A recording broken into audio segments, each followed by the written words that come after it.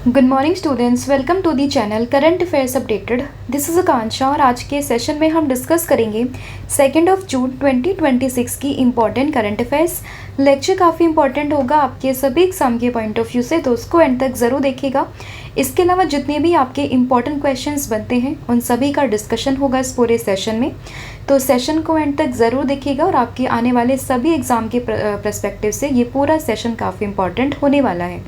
इसके अलावा अगर हम बात करें लास्ट 12 मंथ के कंटेंट की, जिसमें आपको जुलाई 2025 से लेके मई 2026 का पूरा कंटेंट यहाँ पर मिलेगा।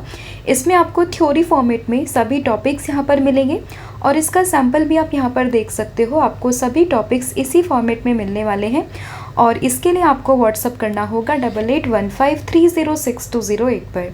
साथ ही में जो एप्लीकेशन है देवाशीष क्लासेस के नाम से, आप इसको भी इंस्टॉल कर सकते हो। जैसे आप इस एप्लीकेशन को इंस्टॉल करोगे तो आपको यहाँ पर जितने भी हमारे कोर्सेज़ हैं, PDF हैं, उन सभी का लिंक मिल जाएगा। आप डायरेक्टली एप्लीकेशन के थ्रू भी इनको परचेस कर सकते हो। तो अब शुरू करते हैं लेक्चर को एंड डिस्कस करते हैं आज का हमारा फर्स्ट क्वेश्चन। लेकिन उससे पहले हम करेंगे लास्ट क्लास का रिवीजन। तो कल की क्लास में हम लोगों ने देखा था कि 19th edition of the Indian premier league यानी कि IPL 2026 का टाइटल, इसका 19th एडिशन था। किसने जीता है? इसको जीता है रॉयल चैलेंजर्स बेंगलुरु ने। एंड ये सेकंड बार इसने अपना टाइटल जीता है। किसको हराकर? यहाँ पे गुजरात टाइटंस को हराकर। लास्ट टाइम कौन सी टीम थी? तो पंजाब किंग्स को हराकर ये पहली बार जीते थे, बट अभी सेकेंड टाइम इन्होंने हराया किसको? गुजरात टाइटंस को। ठीक है, तो 19th एडिशन ऑफ IPL 2026 किसने जीता है? That is royal Challengers Bengaluru ने। उसके बाद बात करें 48th vice chief of the naval staff of the Indian navy, कौन बने हैं? वाइस एडमिरल अजय कोचर, इनका नाम आप लोग ध्यान रखोगे। फिर बात करें वर्ल्ड हंगर डे 2026, तो इसकी थीम क्या है? तो इसकी थीम है the end of the hunger is in our hand. उसके बाद आदर्श शहर समृद्धि योजना किसने लॉन्च किया है? इसको लॉन्च किया छत्तीसगढ़ गवर्नमेंट ने। इंडियाज़ फर्स्ट ओलंपिक गोल्ड, ये एक बुक है जिसको ऑथर किया है के अरुमुगम ने। उसके बाद one stop multipurpose unified card, इसको अनाउंस किया है किसने? मतलब इसको बनाने की बात करी है किस स्टेट गवर्नमेंट ने? तो आंसर होगा तेलंगाना।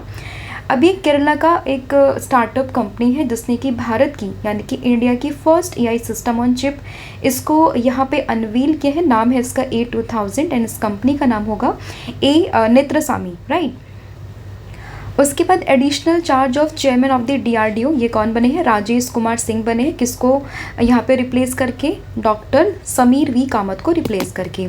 उसके बाद हम लोगों ने देखा था कि जेनिस जानसा अभी रिसेंटली बने हैं स्लोवेनिया के नए प्राइम मिनिस्टर, मतलब 4th टाइम ये यहाँ पर बने हैं, तो याद रखिएगा। उसके बाद बात करें कि किस स्टेट ने अनाउंसमेंट करी है for the creation of India's first dedicated department for the senior citizens, तो इस चीज़ की बात करें केरला यानी कि केरलम ने। उसके बाद बात करें कि इंडियाज़ डिजिटल इकोनॉमी 2026 रिपोर्ट, ये यहाँ पे रिपोर्ट आती है जिसमें इंडिया की रैंक ग्लोबली इन दी AI परफॉर्मेंस कौन सी है यहाँ पे? तो ये है 4th नंबर पर। गोवा ने अपना जो स्टेटहुड था वो अडॉप्ट किया था 30 मई 1987 को। अभी जो है UN ने ब्लैक लिस्ट में ऐड किया है किसको? रशिया को, अलोंग विद इसराइल। किस कॉन्टेक्स्ट में? For the sexual violence. Bharat के 5th नंबर के PM कौन थे जिनकी डेथ एनिवर्सरी अभी मनी है रिसेंटली 29 मई को? तो आंसर था Chaudhary Charan Singh. And world no tobacco day की बात करें, ये बनता है 31 मई को, राइट। तो ये पूरा कंटेंट था जो हम लोगों ने कल की क्लास में डिस्कस किया था। अब हम करेंगे आज की क्लास की शुरुआत। तो फर्स्ट क्वेश्चन रहेगा, recently Indian Air Force that is IAF used helicopters equipped with the bamboo buckets to control a major forest fire in which area? तो बेसिकली अभी क्या हुआ है कि जो इंडियन एयरफोर्स है उसने यहाँ पर हेलीकॉप्टर्स का इस्तेमाल किया जिसमें कि बैम्बी बकेट्स यहाँ पे था। और बेसिकली जो ये हिमाचल प्रदेश में जो कसोली वाला रीजन है वहाँ पे फॉरेस्ट फायर हुई थी, तो उसको यहाँ पे कंट्रोल करने के लिए इन लोगों ने बम्बी बकेट्स को यहाँ पे इस्तेमाल किया है। अब इम्पॉर्टेंट क्वेश्चन क्वेश्चन ये बनता है कि बम्बी बकेट्स क्या होते हैं, कैसे ये वर्क करते हैं, तो वो हम जानेंगे। बट अभी के लिए आप लोग ध्यान रखोगे कि IAF ने यानी कि इंडियन एयर फोर्सेस ने इस्तेमाल किया है हेलीकॉप्टर्स को equipped with the Bambi bucket to control a major forest fire in the Kasauli region of the Himachal Pradesh, यानी कि ऑप्शन नंबर जो बी है वो यहाँ पे करेक्ट होगा। And this system allows helicopters to scoop water from the nearby reservoir and drop it directly on fire hotspot in the difficult terrain. हालांकि अभी हम समझेंगे कि ये होता क्या है, कैसे वर्क करता है, बट अभी के लिए लोकेशन इंपॉर्टेंट है जो कि आपको उसमें ध्यान रखनी है, that is Kasauli Himachal Pradesh, right. अब अगर हम बात करें कि बम्बी बकेट्स ये होता क्या है, तो आप इस तरीके से देखोगे, this is Bambi buckets, right. Then Bambi buckets is a specialised aerial fire fighting device suspended beneath the helicopter using a cable system. तो बेसिकली ऊपर क्या होता है, एक हेलीकॉप्टर होता है एंड हेलीकॉप्टर से इस बम्बी बकेट को नीचे छोड़ते हैं, जहाँ पे भी कहीं आसपास पानी होता है वहाँ पर इसको छोड़ते हैं, वहाँ से पानी को उठा के फिर जहाँ पे कोई भी मतलब पानी की ज़रूरत है, जहाँ पे फॉरेस्ट फायर लगी हुई है, उस जगह पर उस पानी को छोड़ देते हैं। तो this is Bambi bucket, right. And it is design to collect the large quantities of water from the nearby lake या फिर रिवर या फिर रिजर्वायर और ponds and release it directly over the fire affected area. इससे पहले हमने इसका example Uttarakhand में भी देखा था, बट अभी आपको ध्यान रखना होगा हिमाचल प्रदेश का कौन सा area, that is Kasauli region, right. अब देखो how do Bambi buckets work, तो आप देखोगे दिस इज हेलीकॉप्टर एंड यहाँ पे ऐसे जो ये होता है ना, मतलब बम्बी बकेट होता है, उसको नीचे छोड़ते हैं। अब जहाँ पे भी पानी होता है वहाँ से पानी को ये उठाता है, उसके बाद में जहाँ पे आग लगी होती है वहाँ पे इस पूरे पानी को छोड़ देता है, जिससे कि जो आग वहाँ पे लगी होती है वो क्या हो सकती है, कंट्रोल हो सकती हो, ठीक है। तो the fire fighting process using the Bambi bucket is relatively simple but it is a highly effective. कैसे, the helicopter flies to the nearby water sources and lower the buckets into the water and the bucket fills within the seconds and it is then lifted by the helicopter and फिर उसको उस जगह पर छोड़ते हैं जहाँ पे जो भी एरिया वो इफेक्टेड रहता है। तो ये आप समझ गए ना कि मतलब बम्बी बकेट का मतलब क्या होता है। अगर कल को न्यूज़पेपर में या कोई आपसे पूछे कि बम्बी बकेट क्या होता है, देन यू शुड नो कि इस वर्ड का मतलब क्या होता है, ठीक है। तो याद रहेगा बम्बी बकेट अभी कहाँ पे, हिमाचल प्रदेश के कसोली रीजन में, राइट। अगला क्वेश्चन होगा, समाधान दीदी recently launched by the government of India is associated with which of the following. तो अभी अगर हम बात करें समाधान दीदी की, तो रिसेंटली इसको हमारी भारत सरकार ने लॉन्च किया है। तो ये किससे यहाँ पे एसोसिएटेड होगा, तो आप लोग इसमें ध्यान रखोगे, it is a voice enabled citizen grievances redressal chatbot under the CP ग्राम। तो बेसिकली CP ग्राम यहाँ पर क्या है, तो ये बेसिकली एक तरीके से आप समझोगे centralised public grievances redress and monitoring system. और इसी ने यहाँ पे इसी के अंडर ये जो समाधान दीदी है इसको लॉन्च किया गवर्नमेंट ऑफ इंडिया ने। एंड इसका पर्पस क्या होगा, एक तरीके से voice enabled citizen grievance redressal chatbot है, जो कि यहाँ पे लोगों की मदद करेगा, उनकी जो कंप्लेंट्स होंगी उनको ये समझेगा, उसको बताएगा। तो ये सब चीज़ें यहाँ पर होंगी। तो चीज़ आप लोग ध्यान रखोगे ऑप्शन नंबर ए के बारे में, ठीक है।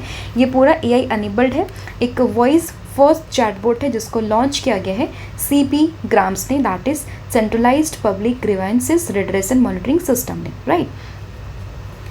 तो जैसा कि यहाँ पे मेंशन किया हुआ है, this chatbot allows citizens to file complaint simply by speaking in the preferred Indian language. तो बेसिकली यहाँ पे क्या होगा कि जैसे अलग अलग डिफरेंट रीजन में लोग रहते हैं, हर जगह की भाषा बोली अलग अलग होती है। तो जो भी पर्सन अपनी जो कंप्लेन है उसको फाइल करना चाहेगा तो अपनी लोकल लैंग्वेज में, अपनी भाषा में, अपनी बोली में अपनी बात को, अपनी कंप्लेन को इस चैटबॉट के थ्रू वहाँ पे रजिस्टर कर सकता है। तो ये इसका पर्पस रहेगा समाधान दीदी का। तो basically this chatbot allows citizens to file complaint simply by speaking in their preferred language without knowing the concern ministry और डिपार्टमेंट, राइट। एंड अगर हम यहाँ पे बात करें इसको डेवलप किसने किया है, तो it was developed by the department of administrative reforms and public grievances in collaboration with the Bhashini. तो भाषिनी भी आप लोगों ने सुना होगा काफ़ी बार कि भाषिनी एक सिस्टम होता है। अभी तो हालांकि सारी लैंग्वेज में अवेलेबल है, जितनी भी हमारी 8 शेड्यूल्ड में मतलब लैंग्वेजेस आती हैं, जहाँ तक मुझे पता है सारी लैंग्वेज में अवेलेबल है, ठीक है। तो भाषिनी आप लोग इसमें ध्यान रखोगे। एंड बेसिकली ये 22 लैंग्वेजेस को सपोर्ट करता है of the Indian 8th schedule of the Indian constitution, right. और बाकी इसको भोजपुरी, खासी, गारो, मिजो एंड बोधी इस लैंग्वेज में भी एक्सपेंड किया गया है। तो ये चीज़ आप लोग ध्यान रखोगे, राइट। अगला क्वेश्चन होगा, recently who approved a revised logo featuring 18 red stars after the operationalization of the South Coast Railway as the country's 18th railway zone. तो अभी हमने कुछ दिन पहले पढ़ा था कि जो इंडियन रेलवे है उसका 18th रेलवे जोन जो है वो इनॉग्रेट हो चुका है। दैट इज़ कौन से वाला? ये है आपका साउथ कोस्ट रेलवे, जिसका हेडक्वार्टर आपको विशाखापट्टनम में देखने के लिए मिलेगा, ठीक है। और ये इंडियन रेलवे का 18th जोन बन चुका है। और इसी के साथ में इंडियन रेलवे ने रिसेंटली यहाँ पे 18 स्टार के साथ में अपना नया लोगो को अप्रूवल दे दिया है। तो इसमें ऑप्शन नंबर जो ए है वो आप इसमें ध्यान रखोगे। तो Indian Railway approved a revised logo featuring 18 यानी कि 18 red stars after the operations of the South Coast Railway as the country's 18th railway zone. And यहीं पे अगर हम बात करें 1 जून 2026 से ऑपरेशनल हो चुका है एंड इसका हेडक्वार्टर आपको विशाखापट्टनम में देखने के लिए मिल जाएगा। एंड अगर आप यहाँ पे समझोगे कि जो साउथ कोस्ट रेलवे है उसमें कौन कौन सी जगह शामिल होंगे, तो इसमें जो डिवीज़न है आपका विजयवाड़ा का, गुंटूर का, इसके अलावा कुंताकल का, ये सब यहाँ पे शामिल होंगे। तो ये चीज़ आप लोग इसमें ध्यान रखिएगा, ठीक है। एंड विशाखापट्टनम 2। अगला क्वेश्चन है which countries recently signed a deal with the India to procure the BrahMos supersonic cruise missile system with a similar agreement with the Indonesia is nearing completion. तो बेसिकली अगर हम बात करें, अभी भारत ने रिसेंटली एक एग्रीमेंट यहाँ पे आप कह सकते हो साइन किया, किसके साथ में? वियतनाम के साथ में, जहाँ पे वो लोग बात कर रहे हैं किस क्रूज मिसाइल के डील को लेकर, दैट इज़ ब्रह्मोस मिसाइल की डील को लेकर। तो इसमें आपको वियतनाम देश का नाम यहाँ पे ध्यान रखना होगा। और इस चीज़ की अगर हम बात करें जानकारी किसने दी है, तो जो इंडिया के डिफेंस सेक्रेटरी हैं राजेश कुमार सिंह, जिनके द्वारा यहाँ पे इस चीज़ की जो है वो बात की गई है, ठीक है, कि भाई वियतनाम के साथ में ये नेगोशिएशन हुए हैं और ये बातचीत अभी चल रही है। हालांकि इससे पहले जो इंडोनेशिया थी उसके साथ भी ब्रह्मोस की डील हमारी हुई है। एंड इसके अलावा अगर हम बात करें, जो फिलीपींस है वो बना था first international customer for the BrahMos missile system. तो ये फैक्ट आप लोगों से पूछ सकते हैं कि ब्रह्मोस मिसाइल का जो फर्स्ट यहाँ पे इंटरनेशनल कस्टमर था वो कौन सा देश था, तो वो होगा यहाँ पे फिलीपींस। तो ये चीज़ भी आप लोग इसमें ध्यान रखोगे। अब अगर हम बात करें ब्रह्मोस स्पेशल क्यों है, ये इतना चर्चे में क्यों रहता है, तो अगर हम बात करें ब्रह्मोस मिसाइल की, तो it is one of the most advanced supersonic cruise missile system in the world and it is developed by the India and Russia jointly and it is known for its speed, precision and the versatility।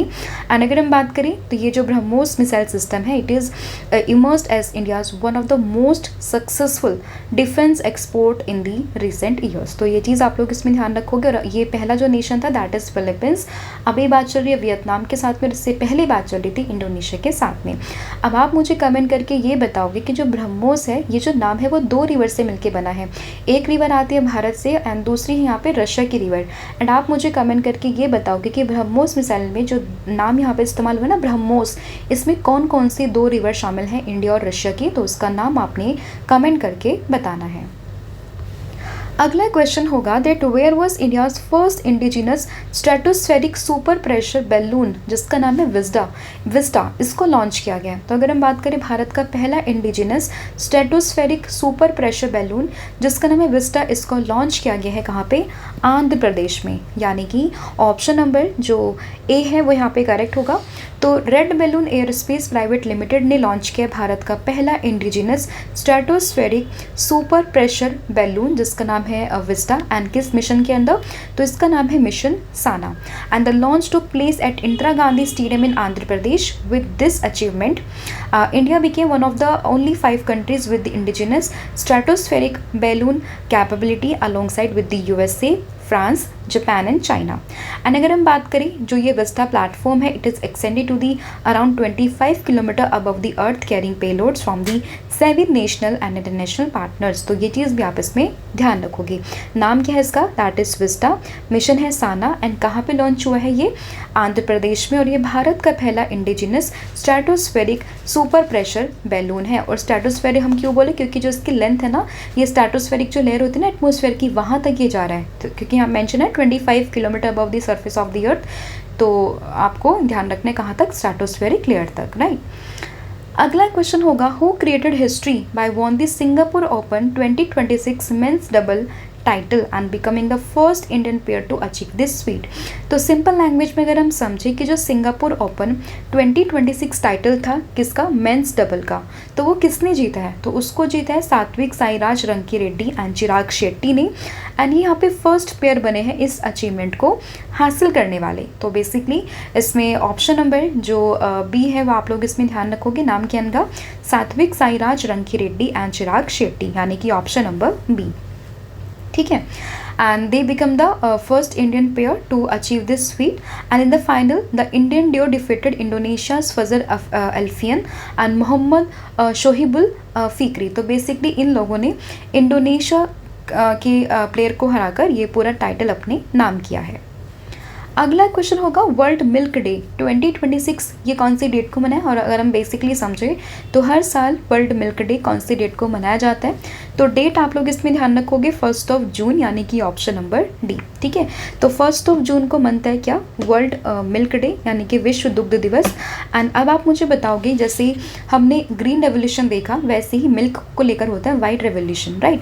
And इसमें जो important नाम आता है white revolution को लेके वो कौन सा नाम है, तो ये आप मुझे कमेंट करके बताओगे। इसके अलावा कुछ अदर ऑप्शन को अगर हम समझें तो 22 अप्रैल को कौन सा डे जो है वो सेलिब्रेट होता है, तो काफ़ी इंपॉर्टेंट डे है 22 अप्रैल को भी, जो आप मुझे बताओगे। तो इसमें आप लोग ध्यान रखोगे that is world earth day. ठीक है, तो वर्ल्ड अर्थ डे बनता है कौन से डेट को, 22 अप्रैल को। वही बात करें 5 जून आने वाली है, कौन सा डे बनेगा, इन्वायरमेंट डे बनता है, काफ़ी इंपॉर्टेंट है अगेन। एंड अगर हम बात करें 16 अक्टूबर की, तो ये भी काफ़ी इंपॉर्टेंट डेट है, आप लोग बताओगे कि 16 अक्टूबर को कौन सा डेट बनता है, तो इसमें आप लोग ध्यान रखोगे 16 October as a world food day, right. तो चारों ही डेट काफ़ी इंपॉर्टेंट है। वर्ल्ड फूड डे है 16 अक्टूबर, 5 जून है इन्वायरमेंट डे, एंड 22 अप्रैल है वर्ल्ड अर्थ डे, एंड 1 जून है वर्ल्ड मिल्क डे। ठीक है, तो इसमें आंसर क्या होगा, 1 जून, ऑप्शन नंबर डी। ठीक है, तो it was established by the Food and Agriculture Organization, that is FAO, of the UN in 2001, and the day highlights the importance of the milk as a global food and its contribution to nutrition, health and livelihood. And अभी आप मुझे बताओगे कि recently prime minister Narendra Modi ji को FAO की तरफ से एक अवार्ड भी मिला है, उस अवार्ड का नाम क्या है ये आप मुझे कमेंट करके बताओगे। इंपॉर्टेंट नाम है काफ़ी ज़्यादा, तो अवार्ड का नाम क्या है क्या आप मुझे कमेंट करके बताओगे। अगला क्वेश्चन है the global day of parents is observe every year on which date. तो अगेन जिस दिन हम लोग वर्ल्ड मिल्क डे मनाते हैं उसी दिन बनता है क्या, ग्लोबल डे ऑफ पेरेंट्स, यानी कि 1 जून को। तो इसमें ऑप्शन नंबर जो सी है वो आप लोग इसमें ध्यान रखोगे, global day of parent date कौन सी है, 1 जून। अगला क्वेश्चन होगा consider the following statements regarding the Telangana formation day. तो तेलंगाना की फॉर्मेशन कब होती है, 2 जून को, ये स्टेटमेंट आपकी सही होगी। Telangana became a separate state in 2014, again ये भी स्टेटमेंट सही है। Telangana was carved out of Andhra Pradesh, तो क्या तेलंगाना आंध्र प्रदेश से अलग होकर बना था, yes this is also correct. तो इसमें आपका फर्स्ट, सेकेंड एंड थर्ड तीनों ही स्टेटमेंट करेक्ट होगी, तो इसमें ऑप्शन नंबर जो डी है वो आप लोगों ने ध्यान रखना है। तो 2 जून को बनता है तेलंगाना का फॉर्मेशन डे, 2014 में ये बनता है, मतलब ये कार्व्ड आउट होकर नया स्टेट बना था। एंड किससे अलग हुआ था, ये आंध्र प्रदेश से। तो इसमें ऑप्शन नंबर जो डी है वो आप लोग इसमें ध्यान रखोगे। और ये तेलंगाना भारत का 29 नंबर का स्टेट बना था ऑन द 2 जून 2014। अब आप मुझे ये बताओगे कि रिसेंटली इंडिया में कितने स्टेट्स एंड कितने यूटीज़ हैं, ये आप मुझे कमेंट करके बताओगे। अगला क्वेश्चन है general NS Raja Subramani recently assumed the charge as the India's Chief of Defence Staff. Which number CDS is he in the India's history? तो अभी अगर हम बात करें भारत के CDS अपॉइंट हो चुके थे पहले ही, लेकिन अभी ऑफिशियली इन्होंने अपना पदभार संभाल लिया है और अभी जो भारत के CDS बन चुके हैं that is chief of defence staff, ये बन चुके हैं कौन, NS राजा सुब्रमणी जी। एंड ये भारत के 3rd नंबर के CDS बने हैं। तो इसमें ऑप्शन नंबर सी आप लोग ध्यान रखोगे। पहले नंबर पर थे बिपिन रावत जी जिनकी अनफॉर्चुनेटली डेथ हुई थी प्लेन क्रैश पे। एंड उसके बाद 2nd नंबर पर कौन थे, अनिल चौहान जी। और अभी 3rd नंबर पर बने हैं कौन, that is NS Raja Subramani. ठीक है, और इन्होंने किसको सक्सीड किया है, अनिल चौहान को। तो ये चीज़ भी आप इसमें ध्यान रखोगे। अब कुछ यहाँ पे रैंक आती है आर्म फोर्सेस की, तो आप इसको जो है याद रख सकते हो। कई बार एग्जाम में पूछ लेते हैं, जैसे इंडियन आर्मी है, इंडियन नेवी है और इंडियन एयरफोर्स है, तो उसमें डिफरेंट डिफरेंट रैंक्स आती हैं, राइट। अगर हम बात करें गेजेटेड ऑफिसर रैंक, इसके अलावा junior commission officer rank, first 1 star rank कौन होते हैं, 2 स्टार रैंक कौन होते हैं, 3 स्टार रैंक कौन होते हैं, 4 स्टार रैंक कौन होते हैं एंड 5 स्टार रैंक कौन होते हैं। तो अलग अलग जो हमारी आर्म फोर्सेज हैं, लाइक इंडियन आर्मी में, इंडियन नेवी में, इंडियन एयरफोर्स में, तो सबकी अलग अलग पोस्ट होते हैं। कई बार ना कंपैरिजन में आता है, ये क्वेश्चन एक बार यूपीएससी में पूछा गया था, आई थिंक 2024 में क्वेश्चन ये आया था, जहाँ पे कंपैरेटिव करके पूछा गया था। तो आपसे पूछ सकते हैं कि जैसे एयर मार्शल होते हैं इंडियन एयरफोर्स में, तो इंडियन नेवी में कौन होते हैं, तो आप लोग ध्यान रखोगे कौन होते हैं, एलजी होते हैं। ऐसे आपसे पूछ सकते हैं कि जैसे यहाँ पे सब लेफ्टिनेंट होते हैं, तो इधर कौन होता है, ये लेफ्टिनेंट होते हैं। तो ऐसे क्वेश्चन आपसे पूछ लेते हैं, तो आप इसको स्क्रीनशॉट ले सकते हो, इसको याद रख सकते हो आप। यहाँ पे काफ़ी अच्छा ये एक टेबल बना हुआ है, तो आप इसको याद रख सकते हो, ठीक है। अगला क्वेश्चन होगा, where will the 39th edition of the national games be held in 2027।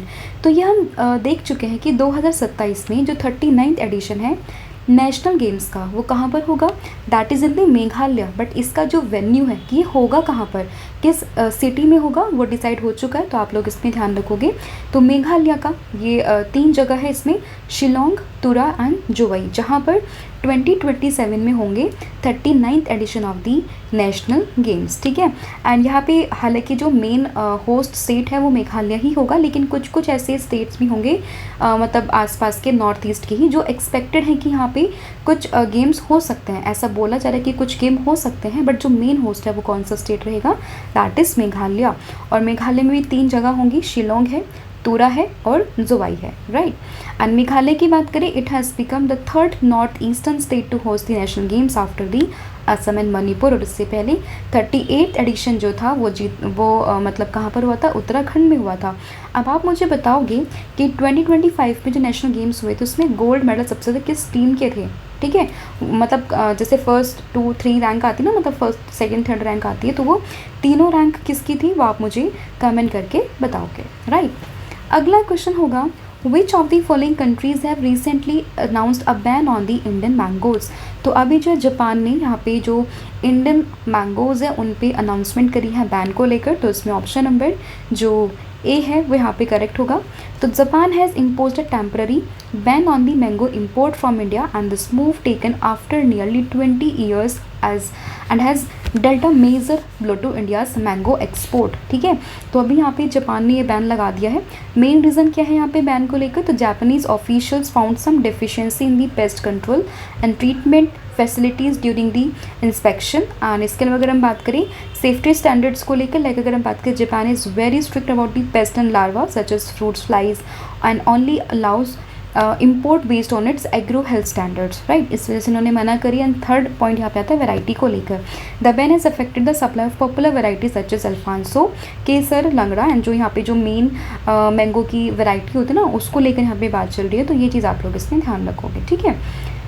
तो ये पूरा कंटेंट था जो हम लोगों ने यहाँ पे जापान को लेकर डिस्कस किया। आई होप आपको सभी क्वेश्चन यहाँ पे समझ में आ गए होंगे। स्टिल अगर किसी भी क्वेश्चन में कोई भी डाउट हो तो आप मुझे कमेंट करके बता सकते हो। एंड मोस्ट इंपॉर्टेंट थिंग आप लोग इसमें ध्यान रखोगे जापान के बारे में। जापान आप इसकी लोकेशन देख सकते हो मैप में, दिस इज़ जापान। यहीं पर अगर हम बात करें इसकी जो करेंसी है वो क्या होती है यहाँ पर, तो करेंसी यहाँ पर होगी येन, ठीक है। एंड यहाँ पे अगर हम बात करते हैं इसकी जो कैपिटल है वो कौन सी है, तो इसकी कैपिटल होगी यहाँ पे टोक्यो, राइट। एंड इम्पॉर्टेंट चीज़ यहाँ पे आप मुझे बताओगे कि रिसेंटली यहाँ पे जो है इनकी पीएम बनी थी, तो उनका नाम क्या था, ये भी आप मुझे कमेंट करके बताओगे, ठीक है। तो इनका जो भी नाम है वो आप मुझे कमेंट करके बताओगे। तो ये पूरा कंटेंट था जो हम लोगों ने डिस्कस कर लिया है। अब हम फटाफट से पूरी क्लास का रिवीजन कर लेते हैं। तो सबसे पहले हम लोगों ने देखा था बम्बी बकेट के बारे में, जो हिमाचल प्रदेश है वहाँ का कसोली रीजन, वहाँ पे फॉरेस्ट फायर लगी, जहाँ पर हमने जो बम्बी बकेट है उनका इस्तेमाल किया। बम्बी बकेट्स क्या होता है आप समझ के कि कैसे पानी को उठा के उस अफेक्टेड एरियाज़ में डालते हैं। तो दिस इज़ बम्बी बकेट, जिससे काफ़ी इफेक्टिवली जो एरिया इफेक्टेड है वहाँ पे रेस्क्यू हम लोग कर सकते हैं। तो काफ़ी मतलब एक इफेक्टिव एक टेक्नोलॉजी है, याद रखिएगा। समाधान दीदी की बात अगर हम करते हैं तो वो भी हम जान चुके हैं, this is voice enabled citizen grievances redressal chatbot under the जो आपका citizen centralize public grievance redressal monitoring system होता है उसके अंदर। यहाँ पे कोई भी पर्सन अपनी लोकल लैंग्वेज में, अपनी बोली में यहाँ पे अपनी कंप्लेन को फाइल कर सकता है।